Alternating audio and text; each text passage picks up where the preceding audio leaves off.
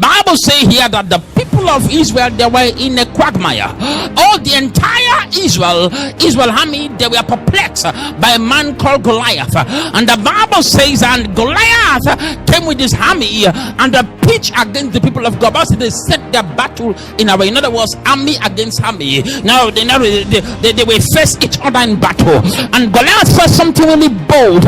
He came out and started shouting, and he said, "Bring me someone, a man that will fight against me." Say, if you guys lose, then you guys become our slave. If we lost, then we become your slave. And the Bible said, what did he do? The Bible said he defied the armies of God.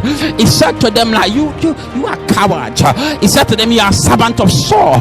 Anytime the devil attacks you, what the enemy is trying to do, he's trying to question the grace of God upon your life.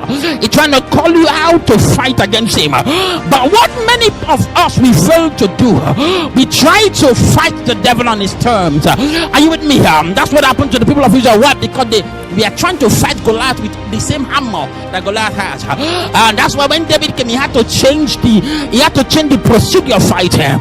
He had to do something that they have not done before. They were using shield. He said, no, this is not a shield battle. And he said to the dead, when he faced Goliath, he cursed Goliath in the name of his God.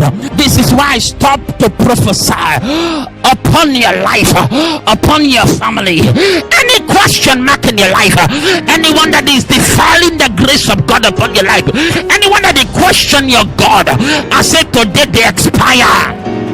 When Jesus died, rose again, and Bible said they turned the disciples to apostles, and the Bible said that God now in this end time is dealing with us in three dimensions. The first dimension is the dimension of evangelism. In other words, preaching of the gospel to the poor. We are called to preach the good news, but you can't preach good news if your life is not good. It's not called the bad news, it's called the good news. In other words, you must have good news in your life for you to preach good news, because like what you don't have you can't give, what you don't manifest you cannot impart. Only what you manifest you can impart. So if you must give good to people, you must exude goodness. And the second dimension is called the prophetic dimension. Our prophetic dimension is very unique, identifying past, present, and future. Now watch this. Does not mean that you're supposed to be a prophet to operate in the prophetic dimension. Prophet is an office. Prophecy is a gift. Somebody can operate in the prophetic realm and the person is not a prophet. Are you here? And somebody cannot prophesy, call name and number there, but they are prophet. So God deal with us in the prophetic dimension. Acts chapter 2 verse 7 says, and it came to pass in that last day that said the Lord, I will pour out of my spirit upon all flesh, and your sons and your daughters shall prophesy. That quoting from the book of Joel chapter 2. So the prophetic dimension is one of the dimensions that God deals with the end time church. And the last dimension, apostolic dimension.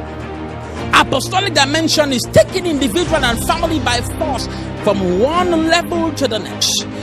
Matthew chapter 4 verse 18, and Jesus walking by the sea of Galilee saw two men, Simon called Peter and Andrew his brother, casting the net into the sea, for they were fishers. And he said to them, follow me and I will make you fishers of men.